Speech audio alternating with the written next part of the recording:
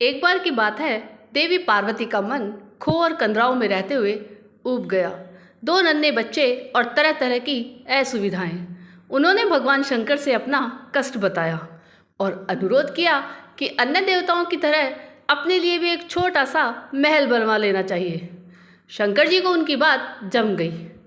ब्रह्मांड के सबसे योग्य वास्तुकार विश्वकर्मा महाराज को बुलाया गया।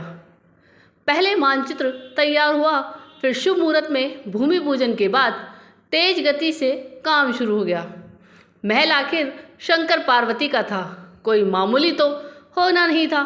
विशालकाय महल जैसे एक पूरी नगरी, जैसे कला की अनुपम कृति, जैसे पृथ्वी पर स्वर्ग। निर्माता भी मामूली कहाँ थे। विश्वकर्मा ने पूरी शक्ति लगा दी थी अपनी कल्पनाओं को आकार देने में। उनके साथ थे समस्त स्वर्ण राशि के स्वामी कुबेर। बची कुची कमी उन्होंने शिव की इस भव्य निवास स्थली को सोने से मढ़कर पूरी कर दी। तीनों लोकों में जय जयकार होने लगी। एक ऐसी अनुपम नगरी का निर्माण हुआ जो पृथ्वी पर इससे पहले कहीं नहीं थी। गणेश और कार्तिकेय के आनंद की सीमा नहीं थी। पार्वती फूली नहीं समा रही थी। बस एक ही चिंता थी कि इस अपूर्व महल में गृह प्रवेश की पूजा का काम किसे सौंपा जाए। वह ब्राह्मण भी तो उसी स्तर का होना चाहिए जिस स्तर का महल है। उन्होंने भगवान शंकर से राय ली। बहुत सोच विचार कर भगवान शंकर ने एक नाम सुझाया, महर्षि विश्वा। समस्त विश्व में ज्ञान, बुद्धि, विवेक और अध्ययन से जिसने तहलका मचाया हुआ था, जो तीनों लोकों में आने जाने की शक्ति रखते थे, जिसने निरंतर तपस्या से अनेक देवताओं को प्रसन्न कर लिया और जिसकी कीर्ति दसों दिशाओं में स्वस्तिकर फैला रही थी, ऐसे मुनि विश्वा गृह प्रवेश की पूजा के लिए श्रीलंका से कैलाश पर्वत पर बने इस महल में आमंत्रित किए गए। मुनि ने आना सहर्ष स्वीकार किया और सही समय पर सभी कल्याणकारी शुभ शकुनों और शुभकर वस्तुओं के साथ गृह प्रवेश के हवन के लिए उपस्थित हुआ। गृह प्रवेश की पूजा अलौकिक थी। तीनों लोकों के श्रेष्ठ स्त्री पुरुष अपने सर्वश्रेष्ठ वैभव के साथ उपस्थित थे। वैदिक ऋचाओं के घोष से हवा गूंज रही थी। आचमन से उड़ी जल की बूंदें वातावरण को निर्मल कर रही थी। पवित्र होम अग्नि से उठी लपटों से बची खुची कलुषता भस्म हो रही थी। इस अद्वितीय अनुष्ठान के संपन्न होने पर अतिथियों को भोजन करा। प्रसन्नता से गदगद माता पार्वती ने ब्राह्मण से दक्षिणा मांगने को कहा। आप मेरी ही नहीं समस्त विश्व की माता हैं, माँ गौरा, आपसे दक्षिणा कैसी?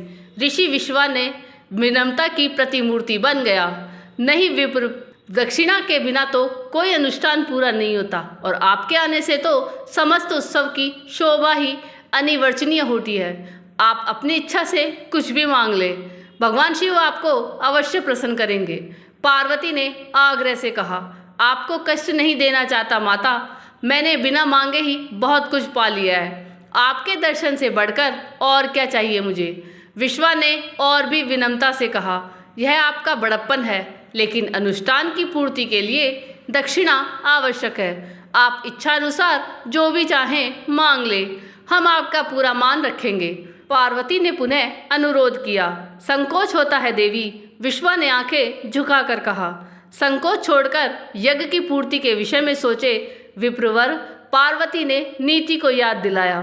जरा रुककर विश्वा ने कहा, यदि सचमुच आप मेरी पूजा से प्रसन्न हैं, यदि सचमुच आप मुझे संतुष्ट करना चाहती हैं और यदि सचमुच भगवान शिव सब कुछ दक्षिणा में देने की सामर्थ्य रखते हैं, तो आप यह सोने की नगरी मुझे दे दे। पार्वती एक पल को भौचक्क रह गई, लेकिन पास ही शांति से बैठे भगवान शंकर ने अविचलित स्थिर वाणी में कहा, तथास्तु। विश्वा की खुशी का ठिकाना न रहा। भगवान शिव के अनुरोध पर विश्वकर्मा ने यह नगर कैलाश पर्वत से उठाकर श्रीलंका में स्थापित कर दिया। तब से ही लंका सोने की कहलाई और विश्वा का कुल देवी गुणों से नीचे गिरते हुए सांसारिक लिप्सा में डूबता चला गया। पार्वती के मन में फिर किसी महल की इच्छा का उदय नहीं हुआ। इस दान से इतना पुण्य एकत्रित हुआ कि उन्हें और उनकी संतान को गुफा कंदराओं में कभी कोई कष्ट नहीं हुआ। आपको ये कहानी कैसी लगी, यह कमेंट करके जरूर बताइएगा। चैनल पे नए हों तो सब्सक्राइब जरूर कीजिएगा और वीडियो को लाइक और शेयर कीजिएगा। जय जय श्री राधे, हर हर महादेव।